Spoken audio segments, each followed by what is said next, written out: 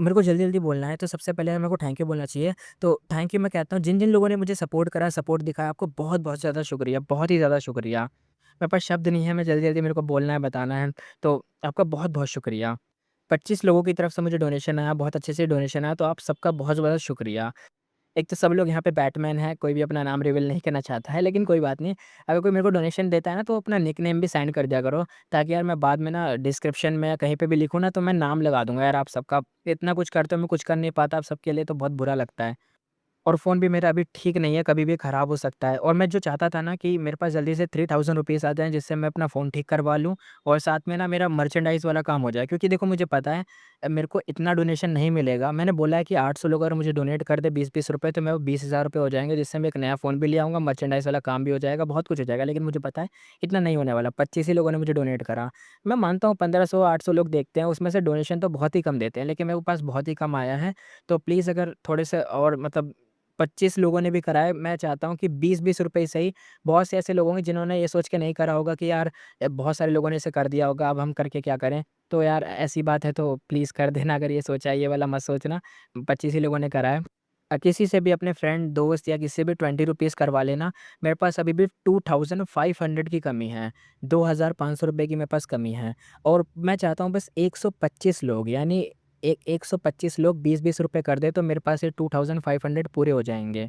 और वीडियो भी मैं डालना नहीं चाहता था कि यार मैं वीडियो सोच रहा था ना डालूँ, जिससे ये होगा कि ये जो प्लीज़ हेल्प वाली वीडियो है ना टॉप पर रहेगी, और जिन लोगों ने नहीं देखा होगा, जिन लोगों ने मतलब थोड़ा डोनेट करना होगा वो रुक रहे होंगे, वो डोनेशन भी कर देंगे। और लेकिन फिर मेरे को ध्यान आया कि यार मैं रिकॉर्ड करके रखता रहूँगा और अपलोड नहीं करूँगा, क्या पता फ़ाइल करप्ट हो जाए और वीडियो जो मैंने रिकॉर्ड करा वो सब बेकार चला जाए। और साथ में एडवाइस भी दी सबने कि यार वीडियो अपलोड ही कर दो, ज़्यादा बेटर है। तो मैं वीडियो अपलोड कर दे रहा हूँ, लेकिन प्लीज़ इससे ध्यान मत हटाना। मैं वीडियो अपलोड करता रहूँगा रेगुलर जब तक मेरा फ़ोन चलेगा, लेकिन ये खराब होने ही वाला है, मुझे पता है। तो प्लीज़ यार जिन लोगों ने अभी तक नहीं करा है, वो बस 125 लोग मेरे को 20-20 रुपए कर दो, मेरे पास 2500 रुपए पूरे हो जाएँगे, फिर मेरा काम खत्म है। मर्चेंडाइज़ वाला भी काम हो जाएगा, मैं नया फ़ोन लेने वाले भी कर लूँगा, मैं मर्चेंडाइज़ बना लूँगा जो सेल करके मैं नया फ़ोन भी ले सकता हूँ। वो भी खुद की मेहनत से ले पाऊँगा, कुछ सेल करके कुछ बढ़िया दे के। और बाकी आप सबका बहुत-बहुत थैंक यू यार, जिसने भी डोनेशन दिया है यार। मैं क्या बोलूँ, बार-बार मैं बोले जा रहा हूँ, लेकिन आपका बहुत-बहुत शुक्रिया यार। डोनेशन के साथ नेम भी सेंड कर दिया करो, मैं डिस्क्रिप्शन में लिख लूँगा। आप बैटमैन हो मुझे पता है, नाम रिवील नहीं करते, लेकिन अपना वो यूज़र नेम वाला हो गया या कोई निकनेम जो आप सुनना चाहते हो वो लिख देना, मैं डिस्क्रिप्शन में लिखूँगा। या कमेंट या पिन ऐसी जगह कहीं लिख दूँगा, ताकि लोगों को नोटिस रहे कि यार किसी ने डोनेशन दिया है। भले अमाउंट ना लिखो, अगर तुम चाहते हो वो ना रहे, मैं बस वही लिख दूँगा, नाम ही काफ़ी है, बट आप दे देना बस। और हाँ, जो एआई वाली लोग कह रहे हैं कि मैंने एआई बनाया है, मैंने वो करा है, तो यार ऑफ़ कोर्स ये एआई होगा, मैं कोई स्टूडियो या बहुत हाई बजट वाली कंपनी या टीम तो नहीं हूँ, जो मैं ऐसे बना लूँगा। मैं ड्रॉ करता हूँ, जो मेरे वाले सिर्फ़ थंबनेल होते हैं, जो सिर्फ़ मेरे थंबनेल है, मेरे वाले। उन थंबनेल जैसे मैं बनाता हूँ ना, ऐसे मैं इमेज बाय इमेज बहुत सारी बना लेता हूँ फ्रेम वाइज़, उन फ्रेम्स को कनेक्ट कर लेता हूँ। बहुत सारे यार आते हैं, मैं ब बताने की ज़रूरत नहीं है, बहुत सारे एआई, उनके सहारे कनेक्ट कर लो, कनेक्ट करने के बाद ये बन जाता है। तो ऑफ़ कोर्स ये ऐसे ही बना है। बहुत सारी मल्टीपल इमेजेस को कनेक्ट करके एक वीडियो बनती है, उसके सहारे मैं बनाता हूँ। बहुत टाइम लग जाता है ड्राइंग-वुइंग वाले काम में, जैसे मैं थंबनेल बनाता हूँ उसी वाले से। तो वीडियो देख लो। MJ reverb society, welcome back guys. आज हम एपिसोड 265 यानी 265 एक्सप्लेन करने वाले हैं, लेकिन उससे पहले एक छोटा सा रिव्यू। लास्ट एपिसोड में जैसा हमने देखा था, यहाँ पे जो लेजेंड्स ऑफ रेंजू जो कहानी चल रही थी, द लेजेंड्स ऑफ रेंजू की, उसमें हमने फेट गू, रिस्पॉन्सिबिलिटी गू, फ्रीडम गू, और जो वहाँ पे थ्री बीस्ट थे, जो फिश थी जिसके गिल्स नहीं थे, और एक ऐसी बर्ड थी जिसके मतलब पंख नहीं थे, और एक ऐसा बीस्ट जिसके दांत नहीं थे, उनकी मतलब स्टोरी सुनी, खतरनाक स्टोरी थी, और कैसे वो रिलेट करी थी, कैसे फ्रीडम को चेज़ कर रहे थे वो लोग, कैसे उनसे फ्रीडम चली गई थी, कैसे रेंज़ो के साथ क्या सीन हुआ था, सब देखा था, सब बढ़िया था। और लास्ट एपिसोड में जो करंट सिनेरियो चल रहा था हेवेली कोड के अंदर, तो फेंग युआन के पास वो थ्री बीस्ट वहीं पे आ चुके थे, वही खतरनाक वाले फिश, बर्ड, और साथ में वही बिना दाँत वाला बीस्ट, ये 3 आ चुके थे फेंग युआन के साइड में। कहाँ से निकले थे? ये निकले थे उसकी खाल के अंदर से, जो कि रेकलेस सेवेज की खाल लगी हुई थी, टंगी हुई थी, एम्ब्रॉयड टावर के ऊपर टंगी हुई थी, वहाँ से आए थे थ्री बीस्ट, और फेंगीवान के आइट साइड इर्द-गिर्द आ चुके थे। अब स्टार्ट करते हैं अपना new episode, let's start. Scene यहाँ पे शिफ्ट होता है हेवेली कोड के अंदर। हेवेली कोड के बैटलफील्ड में चाहे एनिमीज हो या अलाइज, अब सबकी नजर एक ही जगह पे जम गई थी। फेंग युआन ने आसपास देखा, वो 3 जाइंट मॉन्स्टर से घिरा हुआ था, पर उन मॉन्स्टर ने उस पर अटैक ही नहीं किया। वो उसे गार्ड कर रहे थे और हॉस्टाइल नजर से सराउंडिंग्स को देख रहे थे, यानी फेंग युआन को गार्ड कर रहे हैं और आसपास को देख रहे हैं कि कोई फेंग युआन के ऊपर अटैक ना कर दे। एक ग्लेंस में ही पता चल रहा था कि वो फेंग युआन के साइड पर हैं। फेंग युआन शॉक में था। फेंग युआन कहता है, reckless savage demon venerable. Duke Long यहाँ पे भाई रोर करने लग गया, चिल्लाने लग गया। ड्यूक लॉन्ग कहता है, चाहे रैकलेस सैवेज डीमन वेनरेबल का मेथड तुम्हारी हेल्प करे, तुम फिर भी डिफीट ही होगे फेंग्युआन। रेड म्यूटियोर की तरह स्काई से डाइव हुआ सीधा कूदने फेंग्युआन के ऊपर अटैक करने के लिए। उसका डिटर्मिनेशन बिल्कुल हिला नहीं था। वो इन बीस्ट से भी नहीं डर रहा था, वो सब डीमंस को खत्म करना चाहता था। Immortal killer move qi breath mountain use हुआ। ड्यूक लॉन्ग ने दूर से अपने पाम का से पुश करा और क्यूआई का एक बहुत बड़ा हाथ, जो कि कुंफू हसल, जो मूवी देखी होगी बचपन की खतरनाक मूवी कुंफू हसल उसमें जो हाथ आगे मारता है वैसे टाइप का। रंबल सी आवाज है, एक ह्यूज क्यूआई माउंटेन सीधा फेंग्युआन के तीनों मॉन्स्टर के साथ उनके ठीक ऊपर अपीयर हुआ, उन्हें सप्रेस करने लग गया। ट्रिपल क्यूआई रिस्ट्रिक्शन की वजह से ड्यूक लॉन्ग का क्यूआई पाथ दामक बहुत ज्यादा हो गया था और इसलिए क्यूआई ब्रेथ माउंटेन की पावर काउंटलेस टाइम एम्पलीफाई हो गई थी। माउंटेन पहले से भी बड़ा और सॉलिड था। वू योंग, बिंग साई चुआन, बाकी मॉडल के फेसेस तो वहाँ पे फ्रीज हो गए, सीरियस हो गए कि अरे भाई ये तो पहले से भी ज़्यादा पावरफुल माउंटेन है और इस किवाई माउंटेन को ब्लॉक करना मुश्किल था। बेस्ट ऑप्शन था डॉज करना, पर उसके बाद ड्यूक लॉन्ग खुद ब्लॉक करने के लिए खड़ा है तो डॉज करके भागोगी भी कहाँ पे। फेंगयुआन मूव करने वाला था, तभी ब्लू लेपर्ड मॉन्स्टर ने सडनली अपना माउथ खोला और एक लंबी सांस ली और बूम आवाज आई। ह्यूज क्यूआई माउंटेन रैपिडली यहाँ पे भाई खत्म होने लग गया, छोटा होने लग गया। कोई इनविजिबल फोर्स यहाँ पे उस मतलब इनविजिबल फोर्स उस ना उसको खींच रही है और ब्लू लेपर्ड उसकी बैली में उसको एब्जॉर्ब कर रहा है। मतलब ब्लू लेपर्ड यहाँ पे क्यूआई को खाए जा रहा है, अपने अंदर उसकी बैली भर रही है। सब इमोर्टल यहाँ पे शॉक में रह गए। फूड पाथ कल्टीवेटर जाओ शानी ने तुरंत ही रिकॉग्नाइज कर लिया। वो समझ गया, उसे पहचान में आ गया कि ये है क्या। यहाँ पे जाओ शान ही कहता है, अरे अरे ये तो फूड पाथ का साइन है। ड्यूक लॉन्ग भी यहाँ पे शॉक हो गया, इतना powerful qi breath mountain directly किसी के पेट के अंदर चला गया। ब्लू लेपर्ड का ये जो बैली था थोड़ा सा एकदम बल्की हो गया था, बड़ा हो गया था, उसकी आईज अभी भी शाइन कर रही थी। वो ड्यूक लॉन्ग को ऐसे देख रहा था जैसे कोई एक तरीके से मतलब डिनर हो, ड्यूक लॉन्ग यहाँ पे खाना हो और लेपर्ड उसको खा जाए। ड्यूक लॉन्ग बिल्कुल फियरलेस था, उसे डर नहीं लग रहा था। वो फिर मतलब फेंगयुआन की तरफ अब ये चार्ज कर गया अपना ड्यूक लॉन्ग की, देखते हैं कोई नहीं दूसरा अटैक करेंगे। इस बार उसकी स्पीड और ज्यादा बढ़ गई, एयर भाई एकदम ऐसे फटने लग गई, सोनिक बूम से आवाजें आने लग गई भाई। एयर साउंड बैरियर को फाड़ते हुए ड्यूक लॉन्ग स्पीड में आगे बढ़ा। फेंगयुआन भी रेडी था, तभी ग्रीन फिश मॉन्स्टर आगे मूव करा फेंगयुआन को बचाने के लिए। उसने सिर्फ अपने टेल को वेव करा और नेक्स्ट सेकंड ही इंस्टेंट में ही ड्यूक लॉन्ग के सामने वो जो मतलब फिश थी एकदम से अपीयर हो गई, टेलीपोर्ट मार गई। और स्पीड इतनी फास्ट थी कि लग रहा था कि टेलीपोर्टेशन है, लेकिन वो टेलीपोर्टेशन नहीं था। मूवमेंट बिल्कुल स्मूथ थी। एक सेकंड पहले ड्यूक लॉन्ग का व्यू ओपन स्काई था और नेक्स्ट सेकंड में ही उसके सामने फिश मॉन्स्टर खड़ा था। फिश मॉन्स्टर बहुत बड़ा था, ह्यूज, बहुत ज्यादा बड़ा। फिश मॉन्स्टर ने अपना हेड एकदम स्लैम करा, मुंह पे मारा ड्यूक लॉन्ग के, बूम आवाज आया। ड्यूक लॉन्ग डायरेक्टली शूट हुआ और वह पीछे उड़ गया। स्पीड उससे भी ज्यादा थी। जब वो अटैक करने आया, ड्यूक लॉन्ग का बॉडी एक्सट्रीमली स्ट्रांग था, उसके पास ट्रांसफॉर्मेशन पाथ और क्यूआई पाथ के दांव थे। ट्रिपल क्यूआई रेस्ट्रिक्शन के बाद वो ऑर्डिनरी रैंक 8 अटैक्स को तो आराम से इग्नोर कर सकता था ड्यूक लॉन्ग, पर फिश मॉन्स्टर से मतलब एक धक्का खाता ही भाई उसे समझ आ गया कि भाई ये जो फिश मॉन्स्टर है बहुत खतरनाक चीज है भाई। एक इंस्टेंट में उसकी ऑलमोस्ट सारी बोन्स यहाँ पे क्रैक होने लग गई। ड्यूक लॉन्ग ने भी अटैक करा फिश मॉन्स्टर के ऊपर। फिश की भी हालत खराब हुई थी भाई, ड्यूक लॉन्ग को हल्के में नहीं ले सकते ना, इसलिए इंटरनल ऑर्गन्स भी यहाँ पे खराब हो गए थे और थोड़ा बहुत ड्यूक लॉन्ग का भी धक्का लगा था, हालांकि उसको ज्यादा डैमेज नहीं हुआ है। हैवी इंटरनल और एक्सटर्नल ब्लीडिंग होने लग गई थी। ड्यूक लॉन्ग यहाँ पे चिल्लाया और कहा, ट्रिपल क्यूआई रिस्ट्रिक्शन। उसका क्यूआई रैपिडली दोबारा से बढ़ने लग गया। उसने QI path healing method activate करे और कुछ ही सांसों में उसकी भी जो धक्के खाने की वजह से इंजरीज हुई थी वो रिकवर हो गई।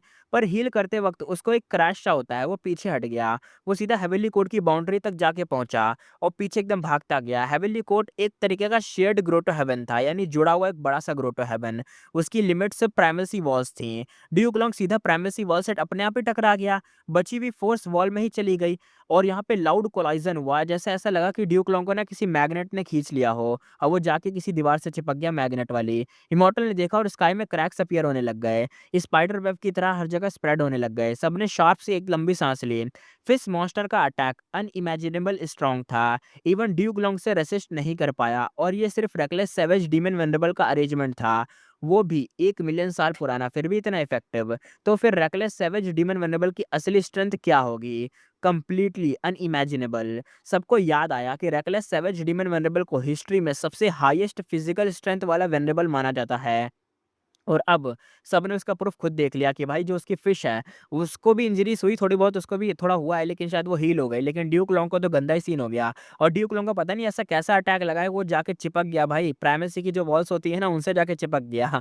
और इमॉर्टल यहाँ पे चिल्लाने लग गए और कहने लग गए, ये रेकलेस सैवेज डीमन वल्नरेबल का मेथड है। दूसरा इमॉर्टल कहता है, हम अभी भी फाइट कर सकते हैं। तीसरा कहता है, लॉर्ड ड्यूक लॉन्ग वापस आ गए हैं, इंजरीज़ इनकी भी तो हील हो ही गई है ना, कोई नहीं। एक और बंदा कहता है, फेट को फुली रिस्टोर्ड हो गया है, हेवनली फेट हमारी साइड पर है। देखो हमारे मतलब ड्यूक लॉन्ग वापस आ रहे हैं, जो उसे मैग्नेट की तरह खींच के फोर्स ले गई थी या वो हील करने के लिए पीछे हटा था, जो भी इसके साथ सीन हुआ था वो वापस आ रहा था आगे।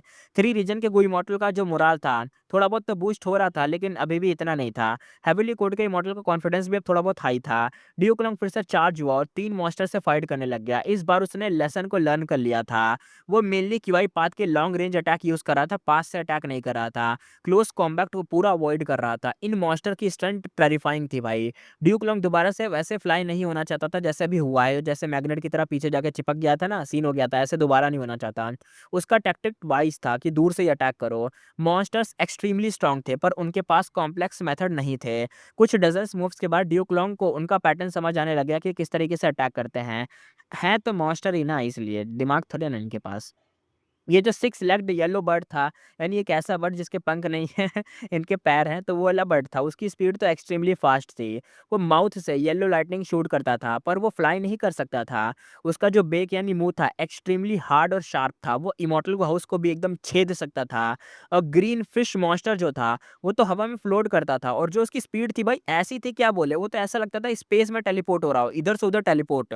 जैसे वो नहीं करता, क्या कहते हैं उसको? अरे उसकी मीम तुमने देखी होगी, अपने तोजी की, तोजी पैर आगे बढ़ाता है और वहाँ पे टेलीपोर्ट हो जाता है, सेम इसकी भी कुछ ऐसा ही सीन था। वो एनिमीज़ को ईज़िली सरप्राइज़ कर देता था अपना फिश, वो ऑलमोस्ट इंस्टेंटली हील भी हो जाता था। उसकी रीजनरेशन ड्यूक लॉन्ग के क्यूआई पाथ हीलिंग से भी ज़्यादा स्ट्रॉन्गर थी, पर उसकी वीकनेसेस भी थी। उसका अटैक एक्सट्रीमली पावरफुल था, पर अटैक टेम्पो स्लो था, यानी जब तक वो अटैक करेगा या प्रिपेयर करेगा, वो बहुत स्लोली करेगा। एक अटैक के बाद वो कुछ टाइम तक स्टिल एक ही जगह खड़ा रहता है या बस ऐसे ही रह जाता है। उसके अटैक्स फ्रीक्वेंटली काफ़ी लो थे, यानी वो एकदम स्पीड में नहीं कर पाता।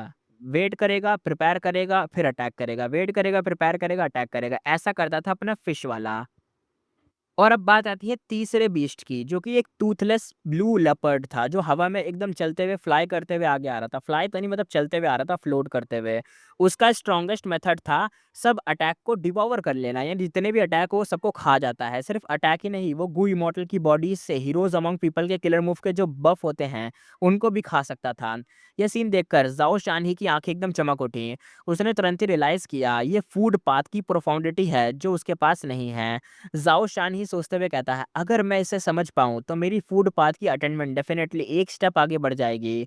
लेकिन ब्लू लेपर्ड की सबसे बड़ी वीकनेस भी थी, ये डिवॉर्मिंग एबिलिटी ही थी। मतलब हर बार कुछ वो जब खाता है, डिवॉर करने लगता है, तो उसका बेली ना एकदम फूल जाता है, बड़ा हो जाता है उसका पेट। और ड्यूक लॉन्ग और हेविली कोट के इमॉर्टल ने जानबूझकर उसके अटैक्स मतलब उसे खिलवाए थे, यानी वो जानबूझकर अटैक करते, अटैक्स को खा लेता। अब ब्लू लेपर्ड का बेली जब बड़ा हो गया है, फुल हो गया है, तो वो और ज़्यादा अटैक को मतलब कैसे करेगा? वो खाएगा कैसे? मुश्किल होगी ना उसको। फिर भी हेविली कोर्ट ने 3 मॉन्स्टर की डिटेल समझ ली थी, पर उन्हें रोक नहीं पा रहे थे। बैटल धीरे-धीरे हेविली कोर्ट के डिसएडवांटेज में जा रहा था। 3 मॉन्स्टर की स्ट्रेंथ और वीकनेसेस क्लियर थी, लेकिन कोई भी उनकी ब्रूटल रैम्पेज को डायरेक्टली ब्लॉक करने की हिम्मत नहीं कर रहा था। साथ में फेंग युआन, वू योंग, बिंग सेचुआन, शेंग कोंगशेंग, सोंग क्यूआयुआन और दूसरे इमॉर्टल साइड से सपोर्ट कर रहे थे। वो हेविली कोर्ट के मेथड को रिस्टेन कर रहे थे, यानी रोकने की कोशिश कर रहे थे। इस वजह से हेविली कोड पैसिव सिचुएशन में आ गया था। 3 मॉन्स्टर का मेन टारगेट था हेवन ओवरसिंग टावर। उन्हें फेड गू से इंटेंस हेटेड जैसा फील हो रहा था, हेटेड जैसा लग रहा था। हेवन ओवरसिंग टावर उनका पावर फेस करने की हिम्मत नहीं करता था। हैं हेवन ओवरसिंग टावर उनका पावर फेस नहीं कर सकता। अरे भाई, वो कंसिस्टेंटली इरिटेट करता रहा हेवन ओवरसिंग टावर। टावर को डिफेंड करने के लिए ड्यूक लॉन्ग को मैसिव प्रेशर लेना पड़ रहा था। वो बार-बार बहुत ज़्यादा इंजर्ड होता, फिर रिट्रीट करते हुए हील करता, फिर वापस बैटल में जॉइन करता। उसके पर्पल हेयर एकदम वाइल्ड तरीके से स्विंग्स कर रहे थे, हवा में फ्लोट कर रहे थे। उसकी आईज़ एकदम ब्लड रेड थी। उसका पूरा बॉडी ब्लड से एकदम भाई नहाया हुआ था। उसकी फाइटिंग स्पीड बिल्कुल भी कम नहीं हुई थी, बल्कि वो तो और ज़्यादा बढ़ गई थी। बैटल का सेंटर बन गया था। 3 मॉन्स्टर और हेवन ओवरसिंग टावर, उनको ब्लॉक करता हुआ Duke long. Attack back and fourth चल रहे थे। बैटल एक्सट्रीमली इंटेंस थी। ये जो बैटलफील्ड थी ना, कंसिस्टेंटली शिफ्ट हो रहा था, कभी इधर कभी उधर। जहाँ बैटल मूव करती वहाँ टेरिफाइंग किलर मूव की आफ्टरमैथ सब कुछ डिस्ट्रॉय कर जाते। और इतने खतरनाक मेंटेन हेवेली कोर्ट पूरा एकदम ruins में बदला जा रहा था। यानी हर जगह एकदम तबाही में तबाही मची जा रही है। हेवेली कोर्ट इतना सुंदर होता था, एकदम व्हाइट व्हाइट दिखता था, अब पूरा व्हाइट तो दिख ही नहीं रहा है। हर जगह तो भाई खतरनाक कचड़ा-वचड़ा सा एकदम, मतलब वही तरह खंडर सा बना रहे हैं हेवेली कोड को। तभी एक मोमेंट पर हेवन ओवरसिंग टावर सडनली रुक सा गया और इंस्टेंट यूज़ हुआ immortal killer move fate vanquish activate हो गया। वू योंग चिल्लाया और कहा, केयरफुल रहना। 3 रीजन के गो इमॉर्टल ऑलरेडी अलर्ट थे। व्हाइट लाइट डिसिपेट होने के बाद बैटल फिर से एक्सप्लोड हुई। इस बार हेवेली कोर्ट ने मोमेंटम आगे ले लिया, वो पहले जाके मूव कर गए। 3 रीजन के इमॉर्टल को सिर्फ डिफेंड करना पड़ गया। वो हाउसेस को अपनी इंजरीज को रिपेयर करते रह गए, क्योंकि भाई फेट वैंकिश यूज़ हुआ था ना। धीरे-धीरे 3 रीजन के इमॉर्टल स्टेबल होने लग गए। पहले फेट वैंकिश के कंपैरिजन में उनकी सिचुएशन बेटर थी। रीज़न यहाँ पे सिंपल था, उनके पास 3 जायंट मॉन्स्टर थे। मॉन्स्टर बैटलफील्ड में रैम्पेज कर रहे हैं। उनके अटैक से हेवेली कोर्ट को इमॉर्टल्स को मतलब डिस्ट्रैक्ट कर रहे हैं। मॉन्स्टर और हेवेली कोर्ट भिड़ा जा रहा है, तो इन लोगों को टाइम मिल जा रहा है। अगर इनके ऊपर फेट वैंकिश यूज़ भी होता है, इनका इमॉर्टल घोस्ट टूटने भी लगता है या इनके ऊपर दिक्कत भी आती है, तो ये लोग आराम से हील कर सकते हैं, इनके पास टाइम है। मॉन्स्टर आराम से सँभाल रहे हैं चीज़ों को। और अब दोबारा से सप्रेस होने लग गए हेवेली कोर्ट वाले। तभी हेवन ओवरसिंग टावर ने फेट वैंकिश को फिर से एक्टिवेट कर दिया। ये साइकिल 2 बार रिपीट होने लग गया। पूरा हेवेली कोर्ट अब भाई खंडर से जैसा हो गया था। 3 मॉन्स्टर की ऑरा क्लियरली अब वीकेंड होने लग गई थी। उनके पास भी मतलब फेट का असर हो रहा है यार, फेट वैंकिश का असर उन मॉन्स्टर्स के ऊपर भी हो रहा है। गो इमॉर्टल के अटैक भी पहले से ज़्यादा फियर्स नहीं रह रहे थे। पहले जैसे पावरफुल अटैक नहीं रह पा रहे ना, अब सबको इमॉर्टल एसेंस की कंजप्शन का भी ख़्याल रखना पड़ रहा था। वू योंग का फेस तो सीरियस हो गया था। वू योंग कहता है, डैम! सिचुएशन और ख़राब हो रही है। बिंग साई चुआन का हार्ट तो एकदम भाई कोल्ड सा पड़ गया। बिंग साई चुआन कहता है, reckless, savage, demon, vulnerable, heavenly code invasion में फेल हुआ था। ये 3 मॉन्स्टर बस उसके अरेंजमेंट हैं। वो फेट वैंकिश को ज़्यादा देर रेसिस्ट नहीं कर सकते। अगर 3 मॉन्स्टर एक्टिवेट होते हुए ब्रेक थ्रू नहीं मिला ना, तो बाद में 3 रीजन को ये जो बहुत खतरनाक, मतलब बहुत गंदी तरीके से मतलब डिफीट करके मारा जाएगा और जीतना तो नामुमकिन ही हो जाएगा, क्योंकि ना इनके पास टाइम रहेगा ना कुछ रहेगा, बच भी नहीं पाएँगे। अभी तो जैसे-तैसे मॉन्स्टर टाइम बाय कर रहे थे। ये सबको क्लियरली समझ आ रहा था। हेवेली कोर्ट ने स्मार्टेस्ट टैक्टिक यूज़ करा था। वो कंटिन्यूअसली मूव कर रहे थे, एनिमी अटैक्स को अवॉइड कर रहे थे, एनिमी को ज़्यादा एनर्जी स्पेंड करने पर मजबूर कर रहे थे और फैट वैंकिश एक्टिवेट कर दे रहे थे। 3 रीजन के सारी मेहनत एकदम रीसेट हो जा रही थी, लेकिन प्राइमल एसेंस तो रीसेट थोड़ी ना होगा, मतलब इमॉर्टल एसेंस रीसेट थोड़ी ना होगा। जितनी भी मतलब कुछ भी कर लें, वो लोग तो भाई डिफेंड कर रहे हैं, ये लोग अटैक कर रहे हैं। अटैक कर रहे हैं तो इनका इमॉर्टल एसेंस खत्म हो रहा है। ऊपर से वो लोग डिफेंड कर रहे हैं, तो उनको आराम से ज़्यादा दिक्कत हो नहीं रही है। ऊपर से वो फेट वैंकिश यूज़ कर रहे हैं, तो और ज़्यादा ड्रेन हो रहा है इनका इमॉर्टल एसेंस। मतलब नुकसान पे नुकसान इनका ही हो रहा है, अपने 3 रीजन फेंगयुआन की टीम वालों का। बिल्कुल सारी एडवांटेज यहाँ पे ज़ीरो होती जा रही थी। साथ ही हेवेली कोर्ट के पास 2 कोर बेसेस भी थे, जैसे डीमन जजमेंट बोर्ड और हेवन ओवरसिंग टावर। और जब भी हेवेली कोर्ट इमॉर्टल्स डेंजर में होते, वो तुरंत ही अंदर हाइड हो जाते, इसलिए कोई भी कैज़ुअलिटीज़ नहीं हो रही थी। साथ ही दोनों साइड्स इमॉर्टल एसेंस को एक तरीके से बचाने की कोशिश कर रहे थे। दूर खड़ी फेरी ज़ीवी कामली बैटलफ़ील्ड को एनालाइज़ कर रही थी। फेरी ज़ीवी स्पेक्टर सोल के कंट्रोल में है। फेरी ज़ीवी कहती है, मास्टर स्पेक्ट्रल सोल, सिचुएशन अच्छी नहीं लग रही है। रेकलेस सेवेज डीमन वल्नरेबल का मेथड भी आउटकम चेंज नहीं कर पा रहा है। अभी हेवेली कोड के पास इंटैक्ट फेड गो तो है ही। स्पेक्ट्रल सोल अब ह्यूमन फॉर्म में आ चुका था। उसका बॉडी ट्रांसलूसेंट था। वो बैटलफील्ड को ऑब्जर्व कर रहा था। फिर उसने दूर से इम्परफेक्शन रिग्रेट पवेलियन की तरफ देखा। उस पवेलियन के अंदर 2 वेनरेबल की मतलब कुछ शैडोज़ या कुछ मतलब छाया टाइप की थी, दिख रही थी, जो चेस खेल रहे हैं। चेस बोर्ड ऑलरेडी पीसेस से भरा हुआ था। फिर भी जब भी कोई भी पीस प्लेस होता, बोर्ड में नई जगह मिल जाती। अब उनके मूव्स की फ्रीक्वेंसी काफ़ी स्लो हो चुकी थी। स्टार कंस्टेलेशन की जो साइड थी या जो भी शैडो थी, उसने चेस पीस को उठाया और स्पेक्टर सोल की डायरेक्शन में देखा और स्टार कैंसलेशन ने कहा, तुम्हें कोई प्रॉब्लम नहीं, स्पेक्टर सोल हमारे गेम के रिजल्ट का एक पार्ट मतलब चुरा चुका है। लिमिटलेस की जो शैडोज थी वो यहाँ पे हंस पड़ी। लिमिटलेस की शैडो कहती है हंसते हुए, अगर वो फ्री हो गया और हमारे रिजल्ट चुरा पाया तो ये उसकी कैपेबिलिटी है, ये गेम उसकी हेल्प करेंगे। मैं उस दिन का वेट कर रहा हूँ जब वो उस रियलम तक पहुंचे जहां हम नहीं पहुंच सके थे। स्टार कंसलेशन थोड़ी देर साइलेंट रही। स्टार कंसलेशन कहती है, तुम सच में प्योर दाव परश्योर हो। लिमिटलेस ने कहा, अनफॉर्चुनेटली हेवन और अर्थ एक केज है, ये केज मुझे अपना दाव परस्यू करने से रोकता है, इसलिए मैं फ्रीडम चाहता हूँ। स्टार कंसलेशन ने तुरंत ही कहा, जवाब देते हुए स्टार कंसलेशन कहती है, तुम्हारी फ्रीडम इस केज को तोड़ देगी और हम दोनों जानते हैं इस केज के बाहर क्या है। लिमिटलेस ने यहाँ पे हेड शेक करा। लिमिटलेस कहता है, हमारी पोजीशंस अलग हैं, इसलिए डिस्कशन का कोई फायदा नहीं। अब लिमिटलेस की जो शैडो थी फेंट होने लग गई, सिर्फ उसकी आईज ही ब्राइट थी। वो चेस बोर्ड को लॉन्ग टाइम तक देखते रहा पर पीस प्लेस नहीं करा। गेम अब मोस्ट क्रूशल मोमेंट तक पहुंच चुका था, यानी मोस्ट क्रूशल मोमेंट पर पहुंच चुका था। चेस बोर्ड पर लिमिटलेस डिसएडवांटेज में चला गया था। उसके पीसेस हर साइड से स्टार कंसलेशन के पीसेस से सराउंडेड हो गए थे। Star consolation clearly superior position में थी। यह हेवनली कोड की ह्यूज एक्यूमुलेशन का रिजल्ट भी था। स्टार कंसलेशन एक साइड हेवंस विल असिस्ट कर रही थी और दूसरी साइड 5 रीजन में काउंटलेस अरेंजमेंट कर रही थी। उसके प्लान्स पास्ट और प्रेजेंट दोनों में स्प्रेड थे। इसी वजह से 3 वेनरेबल के इन्वेजन भी फेल हो गए थे। स्पेक्टर सोल फ्री होने के बाद भी door of life and death को नहीं ले पाया था। और भाई देख रहे हो अपनी स्टार कंसलेशन को, ये शायद स्टार कंसलेशन का हिडन स्कीम था। फेरी जीवी भी सीक्रेट से अनजान थी। ड्यूक लॉन्ग अलोन ऐसा स्कीम कभी नहीं बना सकता। स्टार कंसलेशन सच में हिस्ट्री की ग्रेटेस्ट विजडम पाथ की वेनरेबल थी। फिर भी लिमिटलेस अभी हारा नहीं था। उसके मेन पीसेस एक जगह गैदर हो गए थे। उन्हें डिस्ट्रॉय करना ईजी नहीं था। उसकी एक फोर्स बन गई थी पीसेस की। अगर स्टार कंसलेशन फोर्सफुल अटैक करती तो उससे हैवी लॉसेस होते और इनिशियल लिमिटलेस को मिल जाता, यानी इनिशिएटिव लिमिटलेस को मिल जाता, पोजीशन लिमिटलेस की साइड चली जाती, एडवांटेज लिमिटलेस की साइड चला जाता। पर लिमिटलेस भी अभी ब्रेकआउट नहीं कर सकता था, उसके पास थोड़ी स्ट्रेंथ कम थी। पूरा एक तरीके से एनसर्कलमेंट यानी जो घेरा था स्टार कंसलेशन के प्लान से बना था। अगर वो लिमिटलेस एक तरीके से रश एक्ट करता है, यानी जल्दी-जल्दी में अटैक करता तो ट्रैप में गिर जाता लिमिटलेस। इसलिए लिमिटलेस सिर्फ डिफेंड कर रहा था और रेनफोर्समेंट का वेट कर रहा था। ये चेस गेम जो कि ओल्डन एंटिक्विटी एरा से स्टार्ट हुई थी, 1 मिलियन ईयर बाद फाइनली डिसीव मोमेंट पर पहुंच चुकी थी और लिमिटलेस के पास अभी भी रेनफोर्समेंट था। वो रेनफोर्समेंट का 1 मिलियन ईयर से वेट कर रहा था। दोनों वेरिएबल को ये पता था। स्टार कंसलेशन बैटलफील्ड की तरफ देखती है, उसकी गेज फेंग युआन के ऊपर ही रुक गई। उसकी आइज में कॉम्प्लेक्स इमोशंस आए। लिमिटलेस भी उसी डायरेक्शन में देख रहा था। वो धीरे से बोलता है। लिमिटलेस कहता है, ओह फेंग युआन, तुम शुरू से ही ऐसे हो, तुम कब तक अपनी रियल एबिलिटीज को हाइड करने वाले हो। लिमिटलेस क्या कहना चाहता है भाई यहाँ पे आगे देखते हैं। फेंग युआन शुरू से ही फ्रंट लाइन पर फाइट कर रहा था। एक साइड वो ड्यूक लॉन्ग और बाकी एक्सपर्ट से बैटल कर रहा था, दूसरी साइड वो कोल्ड और इनडिफरेंट एक्सप्रेशन के साथ पूरी बैटलफील्ड सिचुएशन को एनालाइज कर रहा था। जब से रेकलेस सैवेज डीमन वेनरेबल का मेथड एक्टिवेट हुआ, तब से फेंग युआन के कानों में एक एक्स्ट्रा आवाज आने लग गई।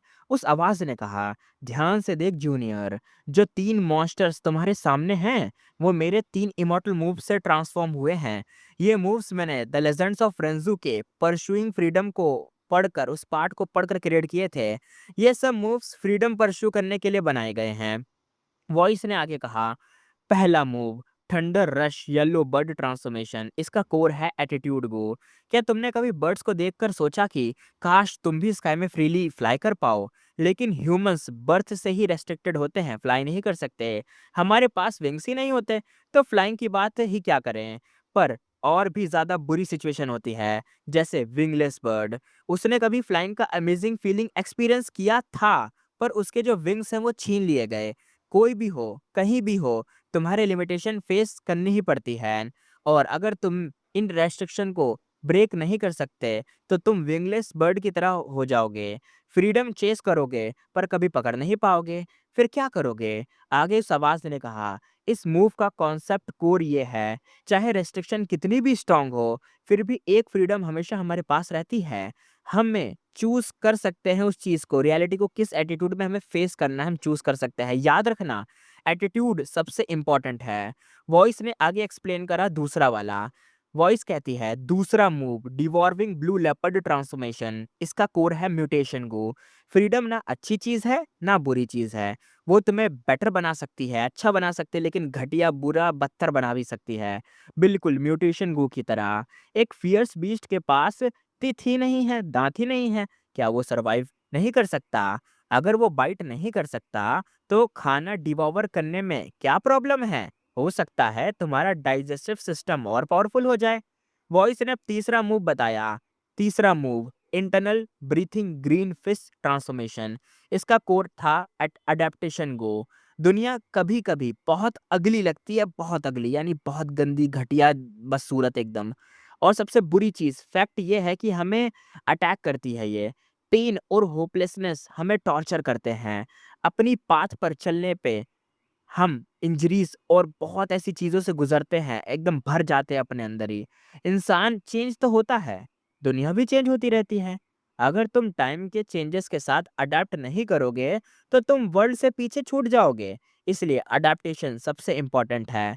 अगर तुम्हारे पास गिल्स ही नहीं, माउथ से साँस लो। अगर माउथ भी नहीं, तो अपने इंटरनल ब्रीथिंग सिस्टम को क्रिएट करो, खुद से बनाओ साँस लेने का सिस्टम। चाहे उसमें तुम्हें मतलब कितना ही स्लो साँस लेने को मिले, चाहे कुछ भी हो लेकिन करो। चाहे तुम आखिर में ह्यूमन जैसे ही ना रहो, कोई नहीं। वॉइस पावरफुल और सीरियस टोन में ये सब एक्सप्लेन करती गई थी। ये 3 मॉन्स्टर असल में रेकलेस सेवेज डीमन वेनेबल के ट्रांसफॉर्मेशन पाथ किलर मूव थे। जब फेंगयुआन ने उसका मेथड ट्रिगर किया, ये वॉइस सिर्फ फेंगयुआन को सुनाई दे रही थी, सिर्फ फेंगयुआन को, किसी और को नहीं। फेंगयुआन ने सोचा और कहा, क्या ये रेकलेस सेवेज डीमन वेनेबल की वॉइस थी? तभी वॉइस यहाँ पे चेंज हो गई। सीरियस टोन सडनली लाइवली और एक तरीके से फ्लिपेंट टोन में बदल गया। वॉइस ने कहा, हे तुम इतना बोल चुके, अब मेरी बारी है, अब मेरी टर्न है, अब मैं बोलूँगा। हा हा हा हा बच्चे, हा हा हा हा। चाहे तुम कौन हो, तुम डेफिनिटली अदरवर्ल्डली डीमन हो, क्योंकि सिर्फ अदरवर्ल्डली डीमन ही फेट को डिस्ट्रॉय कर सकता है।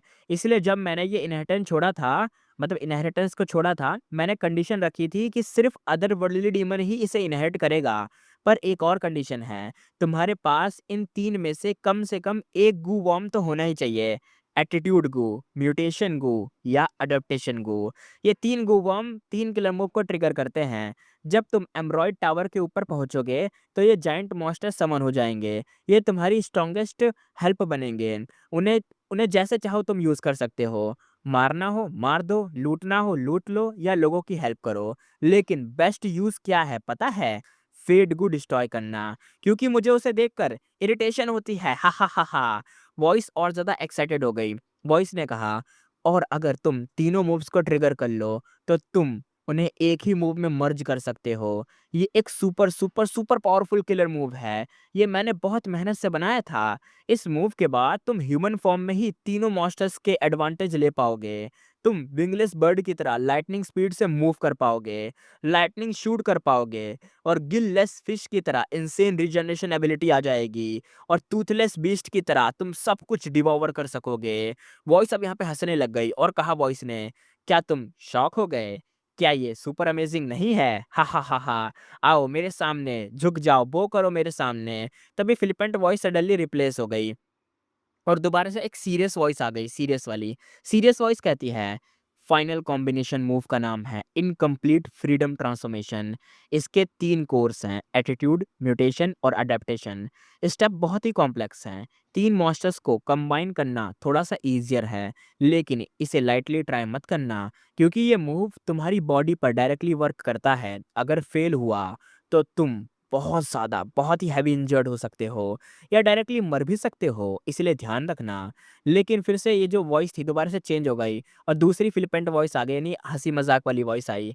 शायद अपना जो मतलब रेकलेस सेवेज डीमन वेनेबल है ना, उसकी 2 पर्सनैलिटी होंगी। एक पर्सनैलिटी होगी सीरियस वाली और दूसरी होगी थोड़ा-सा मतलब मज़ाकिया वाली टाइप की, एकदम खतरनाक जो जवाब दे देता है वैसे टाइप की। तो ये फ्लिपेंट वॉइस थी, वो कहती है, "अरे वो सब इम्पोर्टेंट नहीं है, वो सब इम्पोर्टेंट नहीं है। बच्चे, मैं तुम्हें रियल इम्पोर्टेंट बात बताता हूँ। इस मूव के बाद तुम इमोरल डेसोलेट बीस्ट और प्लांट्स को सप्रेस कर सकते हो। 3 मॉन्स्टर्स की एबिलिटी तुम्हारी इन्नेट एबिलिटी बन जाएगी। तुम एक ह्यूमन शेप्ड बीस्ट बन जाओगे जो हेवन और अर्थ में फ्रीली रैम्पेज करेगा। तुम तुरंत ही क्वासी वेनरेबल बैटल स्ट्रेंथ पा सकोगे या पा लोगे।" अब वॉइस हंसने लग गई। वॉइस ने आगे कहा, हा हा हा, और हाँ, अगर तुम मुझे मतलब मुझे जैसे ओल्ड वेनरेबल से मिल गए, तो फिर मतलब झुकना तो पड़ेगा ही ना, नील तो करना ही पड़ेगा। पर सबसे इम्पोर्टेंट पॉइंट अभी बाकी है। फेंगयुआन फोकस से सुनने लग गया। वॉइस ने कहा, सबसे इम्पोर्टेंट बात ये है, जब तुम ये मूव एक्टिवेट करोगे, 3 मॉन्स्टर्स कंबाइन होकर एक ब्लडी केप बन जाएँगे। यानी चोगा बन जाएँगे, खतरनाक सा वो जो मतलब सुपरमैन के पीछे जैसा होता है ना, वैसा टाइप का केप बन जाएँगे, रेड कलर का।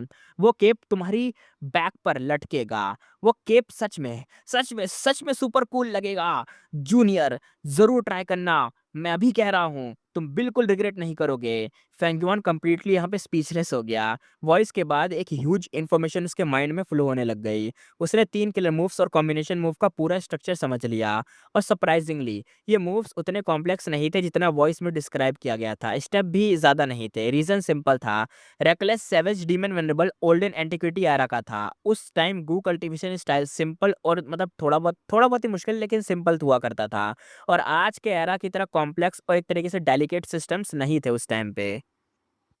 इन किलर मूव्स को मास्टर करना मुश्किल नहीं था, स्पेशली फेंगयुआन के लिए जिसके पास तो डीप विजडम पाथ अटेनमेंट था।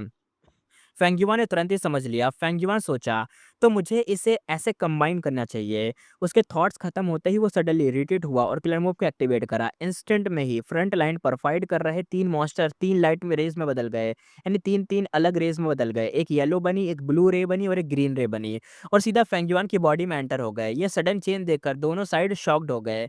3 लाइट्स फेंगयुआन की बॉडी को कवर करने लग गए। उसने एक मैजेस्टिक ऑरा फैलाने लग गई, मतलब वो जो लाइट्स थी एकदम कंबाइन होके एकदम उसकी बॉडी पे एकदम कवर करके एक मैजेस्टिक ऑरा फैलाने लग गई, जो सब बीइंग्स और ऑब्जेक्ट पर रेपल कर रही थी। 3 लाइट्स क्विकली यहाँ पे मर्ज हो गई। फिर वो एक ब्लड रेड मतलब कुछ सा बन गया, एकदम खून टाइप का बन गया। ब्लड रेड लाइट कंडेंस हुई और फेंगयुआन की बैक पर सेटल होने लग गई। वो एक ह्यूज ब्लड रेड कैप बन गई। बहुत बड़ा कैप था। इतना बड़ा कि मान लो बहुत ही ज़्यादा बड़ा यार, बहुत बड़ा कैप था यार, बहुत बड़ा एकदम ऐसा मान लो बहुत बड़ा ही ज़्यादा एकदम बहुत बड़ा रुपट्टे पे रुपट्टा टाँग रखा है फेंगयुआन ने बहुत बड़ा रेड कलर का। केप हवा में ना बैनर की तरह फ्लटर कर रहा था। उसकी फ्लटरिंग साउंड सबके ईयर्स में गूंज रही थी। इमॉर्टल सब यहाँ पे शॉक्ड हो गए। एक इमॉर्टल ने कहा, फिर क्या चेंज हो गया? ये क्या है? दूसरा कहता है, लगता है फेंगयुआन ने रेकलेस सैवेज का ट्रू इनहेरिटेंस ले लिया। अलाइज और एनिमीज दोनों फिर से शॉक हो गए। और दूर इम्परफेक्शन रिग्रेट पवेलियन में खड़ी स्टार कंस्टेलेशन की जो शैडो थी, ये फेमिलियर केप देखकर मतलब देख लिया उसने। उसको याद था कि ये फेमिलियर केप वो जानती थी बेसिकली, ये कैप उसने देखा होगा, चोगा। उसे पास्ट याद आ गया। अब पास्ट के अंदर चलते हैं।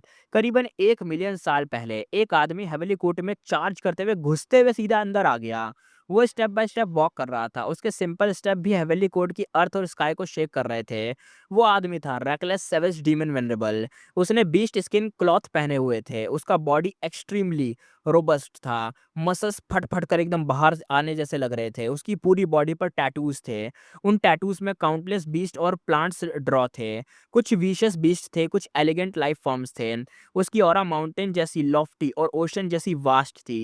हेवेली कोड के जो इमॉर्टल थे ना, उन्होंने बस देखा और एक ग्लैंस लिया और सफोकेटिंग एकदम फील करने लगा, यानी सफोकेट करने लगा, एकदम सांस आनी मुश्किल हो गई, सांस लेना मुश्किल हो गया उनका। और उसके बैक पर एक कैप भी था रेकलेस सेवेज के। वो बीस्ट स्किन कैप बहुत वाइड था, बहुत बड़ा था, यही वाला चोगा था। वो ह्यूमन स्किन से स्वीक किया गया था, यानी मतलब धागा बनाया गया था उस चीज़ को, समझ ही गए होगे तुम। उसका साइज़ रेकलेस सैवेज का ह्यूज बॉडी को परफेक्टली सूट करता था।